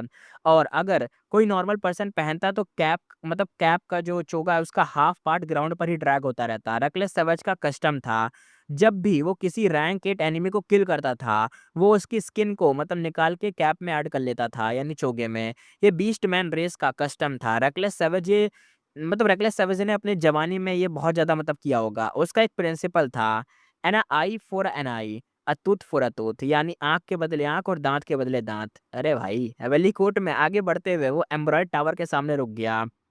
एयर में स्टार कंस्टेलेशन की विल मैनिफेस्ट हुई। स्टार कंस्टेलेशन की विल कहती है, रेकलेस सैवेज, तुम फेट को डिस्ट्रॉय नहीं कर सकते। तुम्हारी स्ट्रेंथ कभी मतलब तुम्हारी स्ट्रेंथ भी फेट से ही आती है और तुम फेट को डिस्ट्रॉय नहीं कर सकते। जैसे कोई इंसान खुद को खुद से ही मतलब उठा नहीं सकता ना, ऐसा ही टाइप है। यानी अपने हाथों से तुम अपने पैर पे पकड़ के अपना पैर उठा के तो तुम उड़ नहीं सकते ना गिर ज़मीन पे ही गिर जाओगे खींचा पैर तो वही कहना चाह रही थी। रेकलेस सैवेज यहाँ पे हँसने लग गया। रेकलेस सैवेज कहता है, ऑफ कोर्स मुझे पता है ये बात। तो स्टार कंस्टेलेशन कहती है, तो फिर तुम यहाँ आए क्यों हो? रेकलेस सैवेज ने कैज़ुअली जवाब दिया, हैं? फाइट करने और क्या। स्टार कैंसिलेशन की विल साइलेंट हो गई। रेकलेस सैवेज फिर हँसने लग गया। रेकलेस सैवेज कहता है, वेनरेबल बनने के बाद और दुनिया में इनविंसिबल होने के बाद मुझे बहुत ही लोनलीनेस फ़ील होने लगा। कोई मुझे फाइट ही नहीं करता, मतलब मेरे से फाइट ही नहीं करता आके। वेरिएंट ह्यूमन्स के ऑलमोस्ट सब रैंक 8 को तो मैंने मार दिया, और जो ओल्ड और वीक बचे थे वो तो छुप गए जाके, उन्हें ढूँढ ही नहीं पाया मैं, पता नहीं कहाँ छुपे हुए हैं वो। और उन्हें ढूँढने का भी मन भी नहीं है मेरा कि वहाँ जाके टाइम वेस्ट करूँ। 5 रीजन में सिर्फ़ एक हेवेली कोर्ट ही थोड़ा-सा इंटरेस्टिंग लगता है। फेट को प्रोटेक्ट करने के लिए तुम लोगों ने बहुत मेथड्स छोड़े होंगे। लिमिटलेस को भी तुमने रोका था। तो चलो अपने सारे मेथड यहाँ पे यूज़ करो और लेट्स फाइट। स्टार कैंसिलेशन की व्हील कुछ देर साइलेंट रही, फिर वो एम्ब्रॉयड टावर में एंटर हो गई। स्टार कैंसिलेशन की व्हील कहती है, ये इमॉर्टल गुहा हाउस मेरी मेन बॉडी का अरेंजमेंट है। रेकलेस सैवेज की आईज़ एकदम चमक उठी। रेकलेस सैवेज कहता है एकदम चिल्लाते हुए, अगर ऐसा है तो मैं अटैक करता हूँ। वो बैटल में भाई घुस गया और बैटल स्टार्ट हुई।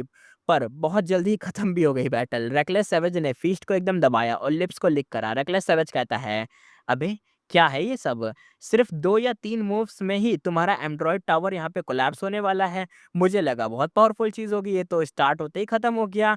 ये कैसा स्टार्ट था, लेकिन ठीक-ठाक था। लेकिन रिलैक्स, मैं तुम्हारा टावर डिस्ट्रॉय थोड़ी ना करूँगा। हम सब ह्यूमन्स हैं, इसलिए मैं यहाँ 3 ब्लडी स्किन्स छोड़ रहा हूँ। ये मेरी इनहेरिटेंस है, चाहे कोई भी हो, चाहे तुम्हारी हेवनली कोड का ही कोई बंदा क्यों ना हो। अगर वो मेरी इनहेरिटेंस को इनहेरिट कर ले, तो वो उसका हो जाएगा। इससे मेरी हेवनली कोर्ट विज़िट का मोमेंटो समझो, इसे डिसमेंटल मत करना। हे। मैं बहुत क्यूरियस हूँ, कौन-सा जूनियर मेरी इनहेरिटेंस को लेगा? क्या वो मेरी ग्रैंड स्ट्रेंथ से शॉक होगा या मेरी जीनियस थिंकिंग से इम्प्रेस होगा? रेकलेस सैवेज फिर से हँसने लग गया। रेकलेस सैवेज कहता है, और अगर वो फेट को डिस्ट्रॉय कर दे, तो बेस्ट होगा। अगर नहीं कर पाया, तो मैं बहुत ही डिसअपॉइंट हो जाऊँगा। स्टार कैंसिलेशन की विल थोड़ी देर साइलेंट रही, फिर स्टार कैंसिलेशन की विल ने कहा, तो तुम्हारा इंटेंशन फेट को डिस्ट्रॉय करना है। रेकलेस सैवेज ने अपने शोल्डर को ऐसे ऊपर करा, बोला ऑब्वियसली, और क्या। मैं ये ब्लडी स्किन यहाँ छोड़ रहा हूँ, अगर तुमने मतलब अगर तुम में एबिलिटी है तो डिस्ट्रॉय करके दिखा दो इन स्किन्स को। पर एक एडवाइस देता हूँ, ये स्किन्स हेवनली कोड के दावमार्ग से कनेक्ट हो चुकी हैं।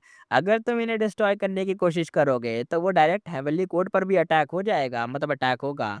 और जब तक कोई ट्रांसफॉर्मेशन पाथ में मुझसे राइवल ना करे, कोई इसे सेफली डिसमेंटल नहीं कर सकता। स्टार कैंसिलेशन ने कहा, फेड को डिस्ट्रॉय करने का एक बेटर तरीका है।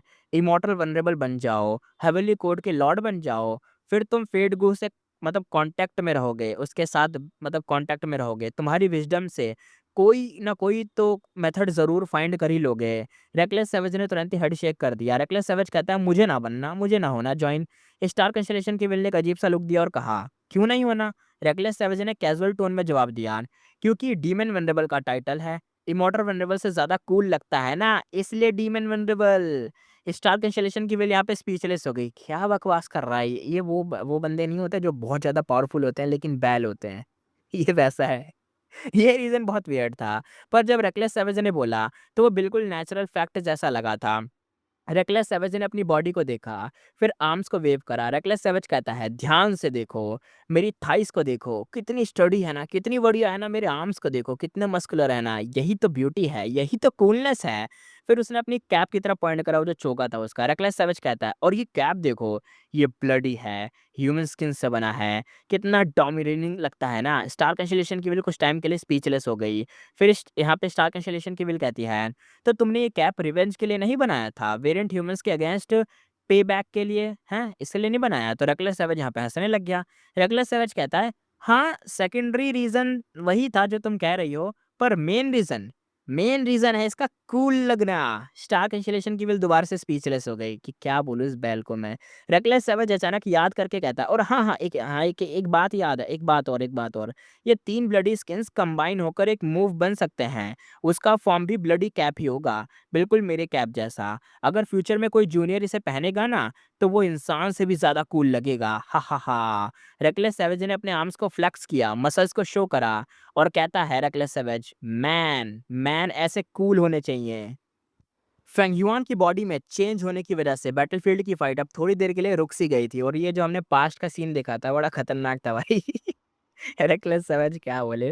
तो सही में सैवेज मतलब सैवेज जो इसके आगे लगा है ना, रेकलेस सैवेज, ये सैवेज जो चीज़ लिखी है सही में सूट करती है भाई इस चीज़ को। सबसे पहले रिएक्ट किया था ड्यूक लॉन्ग ने, अब देखते हैं बैटलफील्ड पे आ चुके हैं वापस। फेंग युआन का जो चेंज था ड्यूक लॉन्ग ने नोटिस कर लिया था। यूज़ करा immortal killer move spiralling dragon fang. Feng Yuan की करंट कंडीशन अननोन थी। 3 मॉन्स्टर्स अब एक ब्लडी कैप बनकर उसकी बैक पर लटक रहे थे। ड्यूक लॉन्ग ओवर कॉन्फिडेंट होने की हिम्मत नहीं कर रहा था। उसे अभी भी उन मॉन्स्टर्स के अटैक याद थे, इसलिए उसने long range probing attack use करे ताकि बस टेस्ट कर सके कि क्या है ये चीज़ें। शार्प ड्रैगन फैंग्स ब्लेड की तरह हवा में घूमने लग गए और स्पीड में फेंग युआन की तरफ आए और फेंग युआन ने उन्हें देखा लेकिन डॉज भी नहीं करा। वो अपनी करंट डिफेंसिव स्ट्रेंथ टेस्ट करना चाहता था और जैसे ही लगे आके ये अटैक क्लिंग क्लिंग आवाज आई। ड्रैगन फैंग्स उसकी बॉडी पर लगे और स्पार्क्स निकलने लग गए, आवाजें आने लग गई। ब्लडी कैप पहनने के बाद फेंग युआन की डिफेंसिव आउटरेजस लेवल पर पहुंच चुकी थी। ये देखकर ड्यूक लॉन्ग की जो आंखें थी भाई एकदम श्रिंक सी हो गई, पुपिल से एकदम हिल से गए, भाई ये क्या देख लिया। फेंग युआन की डिफेंस अब भाई उससे भी ज्यादा स्ट्रांग थी, ड्यूक लॉन्ग से भी ज्यादा स्ट्रांग थी। अगर ड्यूक लॉन्ग पर ये ड्रैगन फैंग लगते तो उसकी ड्रैगन स्केल पर व्हाइट मार्क पड़ जाते, लेकिन फेंग युआन पे बिल्कुल जीरो डैमेज था, कोई डैमेज नहीं, कोई घाव नहीं, कोई मार्क नहीं। इमॉर्टल्स ने सीन देखकर सोचा, इमॉर्टल्स ने कहा डिफेंस इतना स्ट्रांग है तो बाकी एस्पेक्ट्स में भी सिमिलर ही होगा ना, शायद अटैक मूवमेंट या इन्वेस्टिगेशन या कुछ तो सब सब चीज़ों में पावरफुल होगा शायद फेंग युआन। हेविली कोड की साइड तो एक्सट्रीमली अब वरी फेस करने लग गई, टेंशन आने लग गई कि अबे ये क्या हो गया। 3 रीजन्स के वो इमॉर्टल फेंग युआन को होपफुल आई से देखने लग गए कि भाई फेंग युआन ही अपना मतलब माई बाप बन चुका है, यही रोकेगा ड्यूक लॉन्ग को।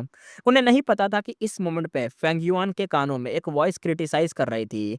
एक वॉइस कहती है फेंग युआन के कानों के अंदर, रेकलेस सैवेज की विल थी ये, वो विल कहती है, बच्चे तुम ही हो जो मेरी ट्रू इनहेरिटेंस इनहेरिट करने वाले हो। डैम तुम बहुत अगली लग रहे हो, अपने फेस को देखो बिल्कुल लड़की जैसा है और आर्म्स और लेग्स को देखो इतने पतले क्यों है ये, स्किन इतनी वाइट और स्मूथ क्यों है ये, एक मैन की टफनेस कहाँ है इसके अंदर।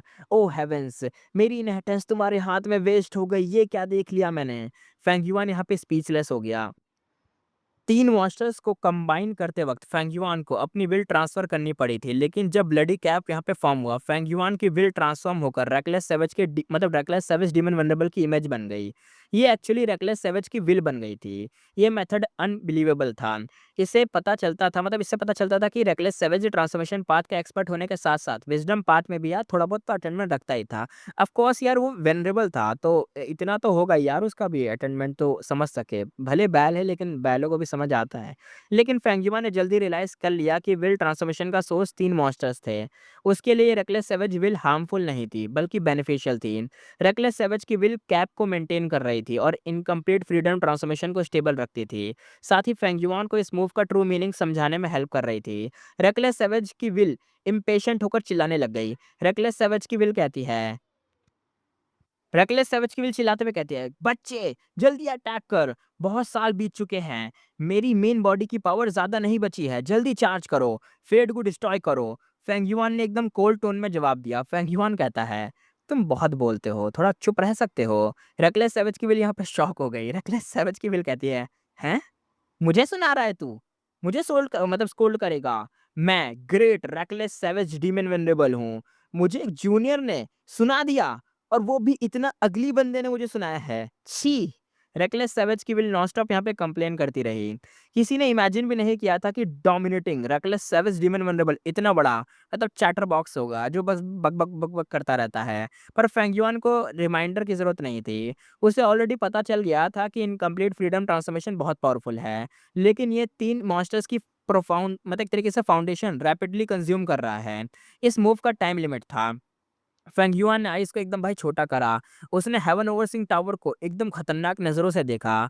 उस मोमेंट पर हेवन ओवरसिंग टावर कंट्रोल कर रहे सब इमॉर्टल वो मतलब जितने भी इमॉर्टल थे वहाँ पे जो कंट्रोल कर रहे थे, जो भी सपोर्ट कर रहे थे, सबके हार्ट के अंदर भाई कोल्डनेस से जम गई। उन्हें फ़ील हो गया कि भाई वो डीमन इनकी तरफ देख रहा है। एक इमॉर्टल ने कहा, "फेंगयुआन से केयरफुल रहना यार।" दूसरा कहता है, "क्या वो अटैक करने वाला है?" तीसरा कहता है, "स्टेडी रहो, जल्दी।" हेवनली कोड की साइड यहाँ पे टेंस हो गई और तभी बूम आवाज आई। नेक्स्ट मोमेंट ही फेंगयुआन अटैक कर गया। उसका बॉडी ब्लडी रेड स्टिक की तरह स्काई को क्रॉस कर गया। वो डायरेक्टली चार्ज कर रहा था बैटलफील्ड के सबसे डेंजरस एरिया की तरफ, वो था हेवन ओवरसिंग टावर।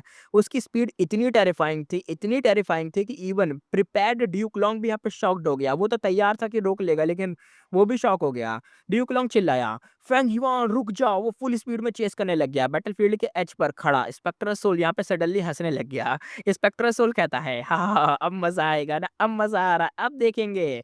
उसने ऑर्डर दिया। स्पेक्ट्रल सोल कहता है, "ओल्ड मैन ज़ेंग युआन, सबकी विज़न्स को एक्टिवेट करो। मैं चाहता हूँ पूरी दुनिया ये इंटरेस्टिंग सीन देखे।" ओल्ड मैन ज़ेंग युआन कहता है, "जी master." Old man Zheng Yuan ने हेवनली कोड के ह्यूमन पाथ मेथड एक्टिवेट करने का मतलब वो तो की था ना, वही ह्यूमन पाथ मेथड एक्टिवेट करके रखा था। उसने heroes among people, people United heart सब उसने ही तो कनेक्ट कर रखा था। वो यहाँ पे कंट्रोल करता था। पहले अपना शांग क्लैन का बंदा करता था, सांग ज़ेंग नाम का बंदा नहीं था एंसेस्टर, वो कंट्रोल कर रहा था, लेकिन वो भाई रेस्ट्रिक्टेड हो गया था और ये हेवनली कोड का बंदा था। ये बंदा सब कुछ कंट्रोल कर रहा था। ये बंदा किसके कंट्रोल में है? स्पेक्टर सोल के, और स्पेक्टर सोल ने इसे ऑर्डर दे दिया।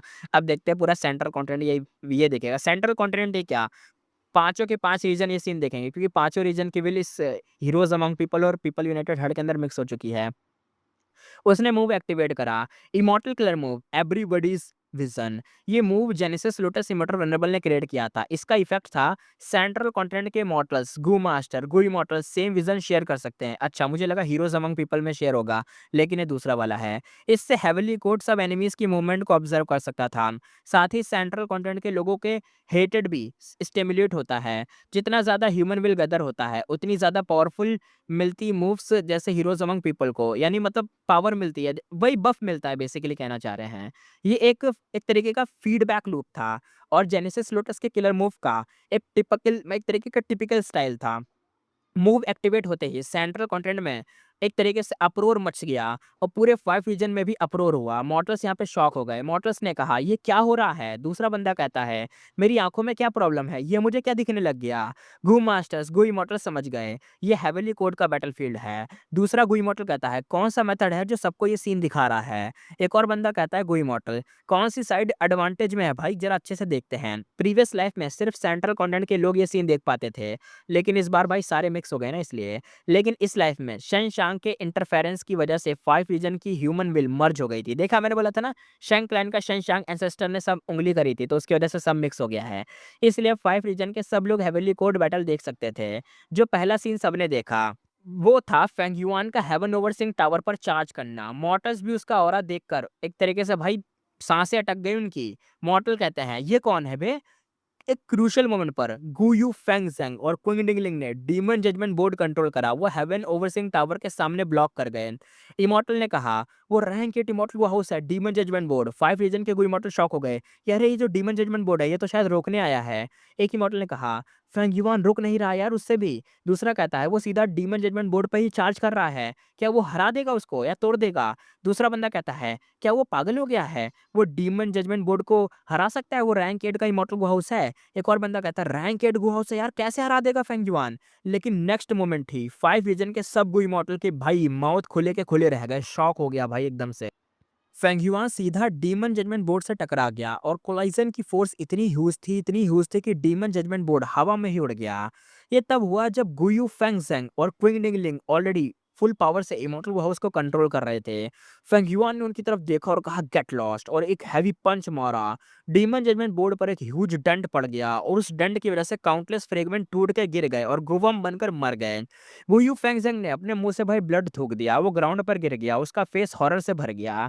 फेंगयुआन का पंच ऑलमोस्ट डीमन जजमेंट बोर्ड को छेद कर चुका था। इमॉर्टल को हाउस नॉक होने के बाद फेंगयुआन ने उस पर जोर से एकदम भाई थप्पा सा मारा और उस पावर की वजह से एक माउंटेन का फोर्स डीमन जजमेंट बोर्ड के ऊपर प्रेस हुआ। वो रैपिडली ग्राउंड की तरफ गिरने लग गया।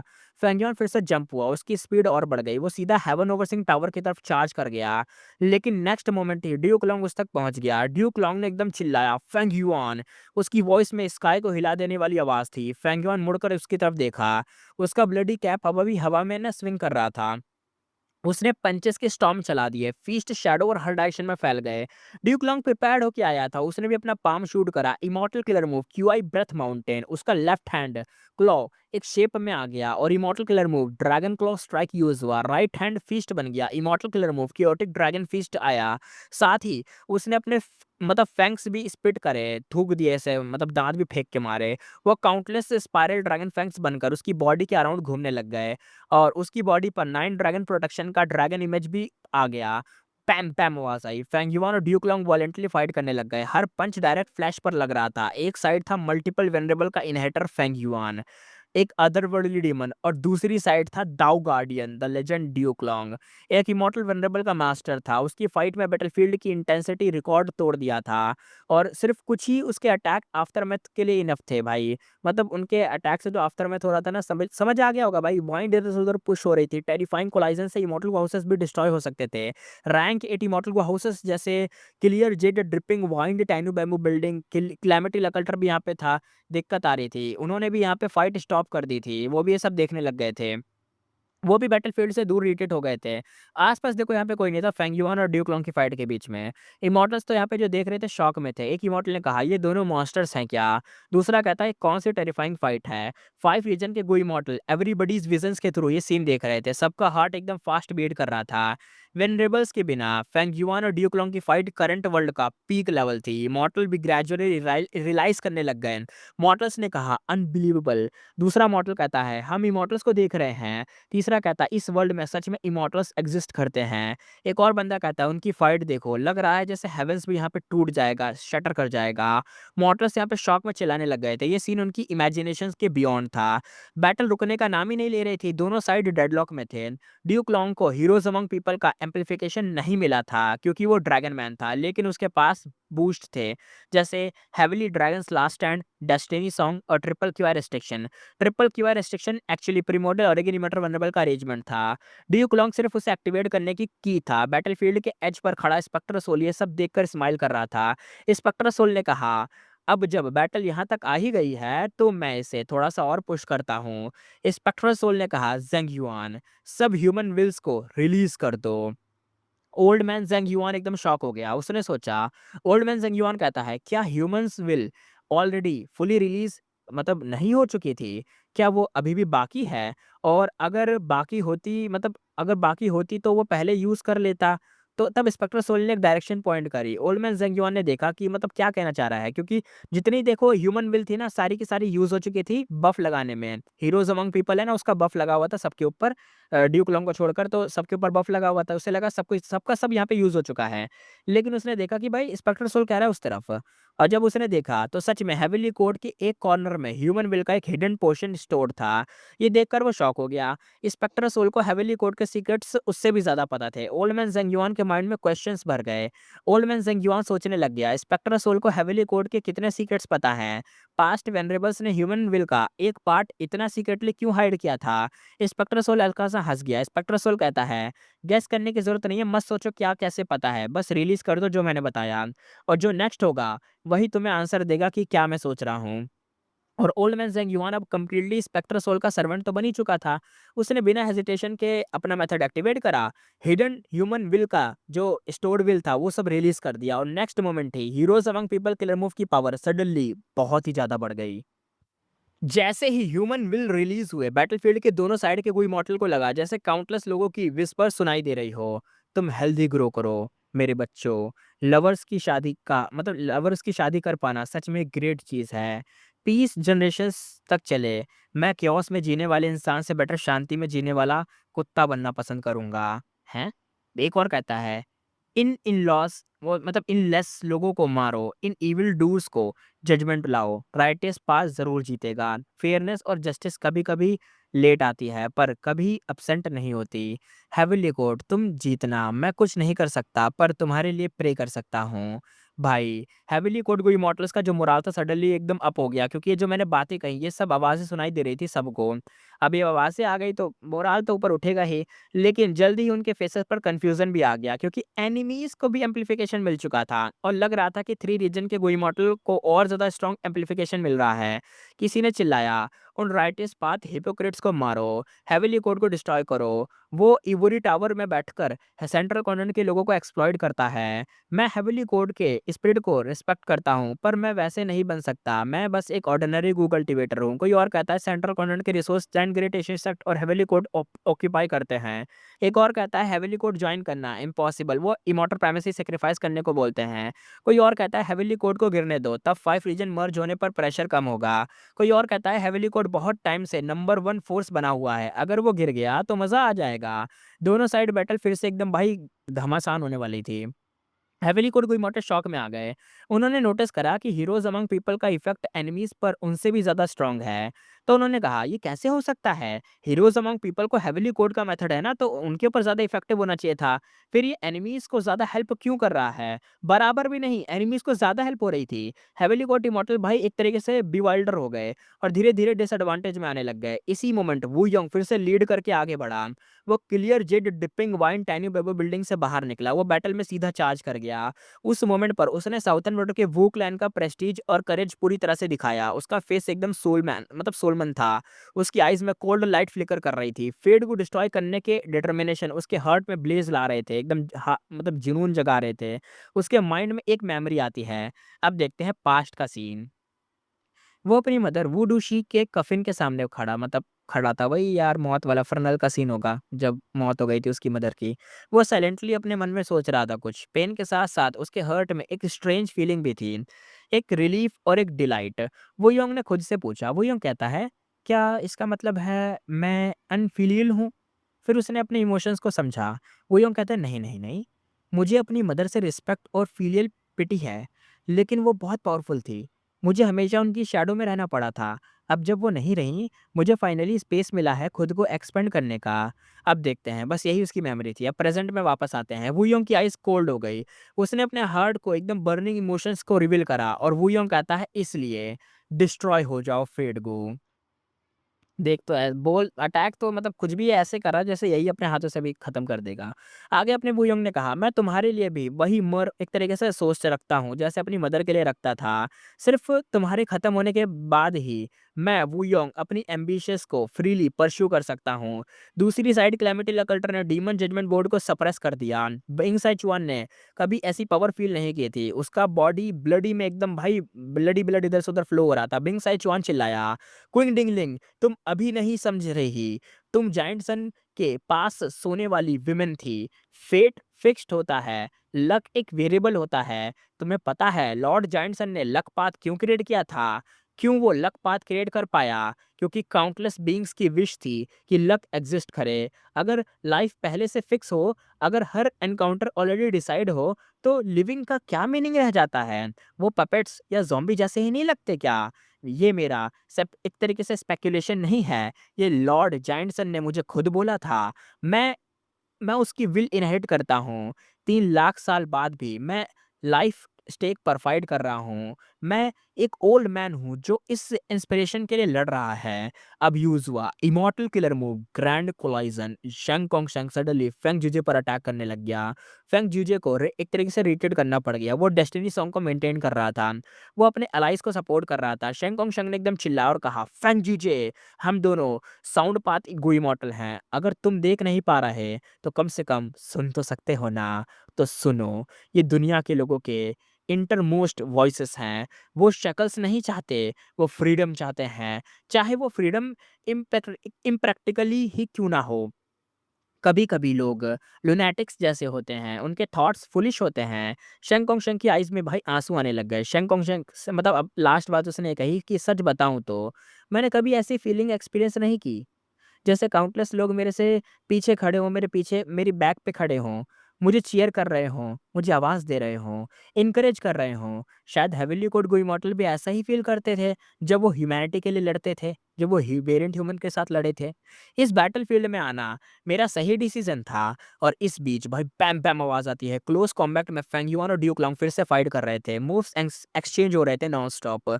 कुछ टाइम बाद ड्यूक लॉन्ग डिसएडवांटेज में आने लगा। वो अपने दाँतों को एकदम भाई दबा के सब कुछ सहने लग गया, पर अब वो वीकनेस और हेल्पलेसनेस फ़ील करने लग गया। उसकी डिटर्मिनेशन स्ट्रॉन्ग थी, पर सिचुएशन उसके अगेंस्ट जा रही थी। बैटलफ़ील्ड पर सबसे ज़्यादा एम्प्लीफिकेशन एक्चुअली फेंग युआन को मिल रहा था। ड्यूक लॉन्ग शॉक और एक अजीब से ही लुक में था। ड्यूक लॉन्ग कहता है, "क्यों? क्यों? तुम एक डीमन हो जो दुनिया में डिज़ास्टर लाता है। तुमने काउंटलेस सिन्स कमिट किए हैं, फिर भी ह्यूमन विल तुम्हें सबसे ज़्यादा हेल्प क्यों दे रही है?" फेंग युआन ने कोल्ड वॉइस में जवाब दिया, अभी भी नहीं समझे ड्यूक लॉन्ग? करंट एरा बदल चुका है, लोगों के हर्ट्स बदल चुके हैं। ओल्डन एंटिक्विटी एरा में ह्यूमैनिटी सर्वाइवल के लिए स्ट्रगल कर रही थी। इसलिए 3 डीमन वल्नरेबल ने हेवनली कोर्ट पर अटैक करते वक़्त रेस्टोरेंट रखा था। लेकिन अब उस एरा को ख़त्म हुए 1 मिलियन साल हो चुका है। तुम्हारी हेवनली कोर्ट अब दुनिया के सब ह्यूमन्स की विल रिप्रेज़ेंट नहीं करती है। फेंग युआन के वर्ड्स एक्सट्रीमली विशियस थे। वो ड्रैगन फैंग से भी शार्पर लग रहे थे और सीधा ड्यूक लॉन्ग के हर्ट में घुस रहे थे। फेंग युआन सिर्फ फीस्ट से नहीं लड़ रहा था, उसकी बॉडी का हर जॉइंट वेपन बन गया था। वो कंटिन्यूअसली ड्यूक लॉन्ग पर अटैक कर रहा था। क्यूआई ब्रेथ माउंटेन तोड़ दिया गया था। स्पाइरलिंग ड्रैगन फैंग्स डिस्ट्रॉय हो गए थे। ड्यूक लॉन्ग के ड्रैगन क्लॉ स्ट्राइक और क्योटिक ड्रैगन फीस्ट बार-बार फेंग युआन ने सप्रेस कर दिए थे। यानी फेंग युआन के अटैक इन दोनों अटैक के ऊपर भारी पड़ रहे थे और बैम बैम आवाज आई। हर अटैक के साथ सोनिक बूम क्रिएट हो रहा था। ब्लड कैप से डार्क रेड रेडियंस निकल रही थी जो फेंग युआन की पूरी बॉडी को कवर कर रही थी। उसकी स्ट्रेंथ हर एस्पेक्ट में टेरिफाइंग लेवल तक बूस्ट हो गई थी। फेंगयुआ ने ड्यूक लॉन्ग की फिंगर्स को एक भाई पकड़ा और तोड़ डाला। जब ड्यूक लॉन्ग ने उसके फीस्ट को डायरेक्टली पंच किया, उसका खुद का फीस्ट भी एकदम भाई फ्रैक्चर हो गया। यानी अब भाई ड्यूक लॉन्ग मैच नहीं कर पा रहा भाई फेंगयुआन की स्ट्रेंथ को। वो हाथ मार रहा है तो उसका ही हाथ टूट जा रहा है। ड्यूक लॉन्ग के 9 ड्रैगन टैटूज भाई अब दर्द से हाउल करने लग गए। वो पहले ही फेंगयुआन के अटैक से बहुत ज़्यादा डैमेज हो चुका था। अब देखते हैं, बहुत साल पहले एक कपल था। मेल का नाम था तूजी, फीमेल का नाम था रुओली। तूजी एक रॉकमैन था, रुओली एक ह्यूमन इमॉर्टल थी। तूजी बोला, मैं रूल पाथ कल्टीवेट करता हूँ, मुझे इस वर्ल्ड के रूल्स पर बिलीव करना पड़ता है। हर चीज़ एक एक तरीके से ऑर्डेन्ड पाथ होता है, उसे ही फेट कहते हैं। मैं मानता हूँ कि तुमसे मिलना भी फेट की वजह से हुआ, तुमसे प्यार करना भी फेट की काइंडनेस है। रुओली ने कहा, अगर मैं कहूँ कि फेट ने डिसाइड किया कि मैं रेकलेस सेविज डीमन वनरेबल के हाथ से मरूंगी, तो तुजी ने शॉक हो गया। भाई तुजी सुना, वो शॉक हो गया। तुजी कहता है, नहीं, क्या क्या रुओली, तुमने ये प्रॉस्पेरेसी कितनी बार चेक करी? तुमने कितनी बार चेक करा कि ये होने वाला है आगे जाके? आकाशवाणी कहना चाह रहा है कि आकाशवाणी तुमने देखी है ना, तो ये होने वाला है क्या आगे? रुओली ने बिटर स्माइल के साथ कहा, एक ही बार काफ़ी होता है और ये होने वाला है। लेकिन फिर मैंने भी कई बार और चेक करा जब मुझे रियलाइज़ हुआ, हर रिज़ल्ट सेम ही आया। तुम जानते हो विज़डम पाथ गुई मॉडल की प्रॉस्पेरेसी इतनी एक्यूरेट क्यों होती है? क्योंकि फेट हमेशा फिक्स होता है। मैं रेकलेस सैवेज के साथ ही मरूँगी। मतलब रेकलेस सैवेज के साथ कह रही हूँ, मतलब रेकलेस सैवेज के हाथ से मर जाएगी बेसिकली कहना चाह रही है। ये मेरा फेट है। तुजी काफ़ी देर तक साइलेंट रहा। फिर उसने ऑलमोस्ट डिसीव टोन में कहा, फिर मैं फिर मैं फेट पर बिलीव नहीं करता। किस बेसिस पर तुम्हें रेकलेस सैवेज के हाथ से मरना चाहिए? किस बेसिस पर मेरी लवर को हैप्पी लाइफ नहीं मिल सकती? अगर ये फेट का अरेंजमेंट है, देन मैं इसे एक्सेप्ट नहीं करूँगा। ये वही वाली चीज़ है। जानते हो तुझी कौन था? ये वो बंदा है, मुझे याद नहीं आ रहा लेकिन इसकी कहानी आई थी। किसके अंदर आई थी यार, मैं भूल गया। इसकी कहानी आई थी यार पहले भी, इसकी कहानी सुनाई गई थी। ये चाहता था कि वो रेकलेस सैवेज से इसकी बाबू बच जाए और इसने बहुत कोशिश करी थी, जितना ये कर सका सब कोशिश करी थी। इसको एक बंदी से प्यार हुआ था, ये वही बंदी थी रुओली। फिर ये दोनों साथ में रहने लग गए थे। याद होगा तुम्हें भी, थोड़ा बहुत तुम्हें भी याद आ रहा होगा। ये वही वाला सीन था। चलो आगे देखते हैं।